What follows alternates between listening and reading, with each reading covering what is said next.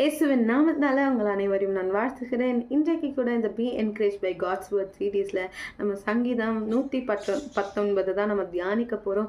இன்றைக்கு தேவன் நமக்கு என்ன வசனம் வைத்திருக்காருன்னு தெரிந்து கொள்வதற்கு முன்னாடி நம்ம எல்லாரும் ஜெபிப்போம்.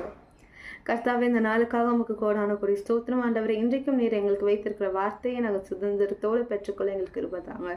இயேசுவின் நாமத்தால் ஜெபிக்கிறேன் ஜீவன் நல்ல பிதாவே, ஆமென் ஆமென். ஸோ இன்றைக்கு நம்ம சங்கீதம் 119 133 வசனத்தை தான் நம்ம வாசிக்க போகிறோம்.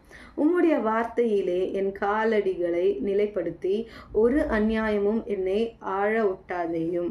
Okay, direct my steps by your word and let no iniquity have dominion over me அப்படின்னு வசனம் சொல்லுது. இந்த இடத்துல சங்கீதக்காரன் கேட்குறாரு, உங்கள் வார்த்தையினால் என் காலடிகளை நிலைப்படுத்தி.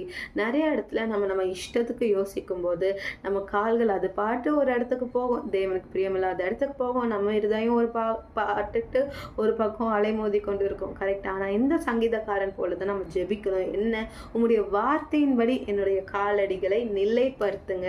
அதாவது நான் எந்த சோதனையிலையும் எந்த டெம்டேஷன்லையும் இல்லை நானா ஏதாவது யோசிச்சு பாவத்தில் விழுந்துடாதபடிக்கு என் காலடிகளை நிலைப்படுத்துங்க அப்படின்னு சொல்லிட்டு, எந்த ஒரு அநியாயமும் என்னை ஆழ ஒட்டாதேயும் அப்படின்ட்டு.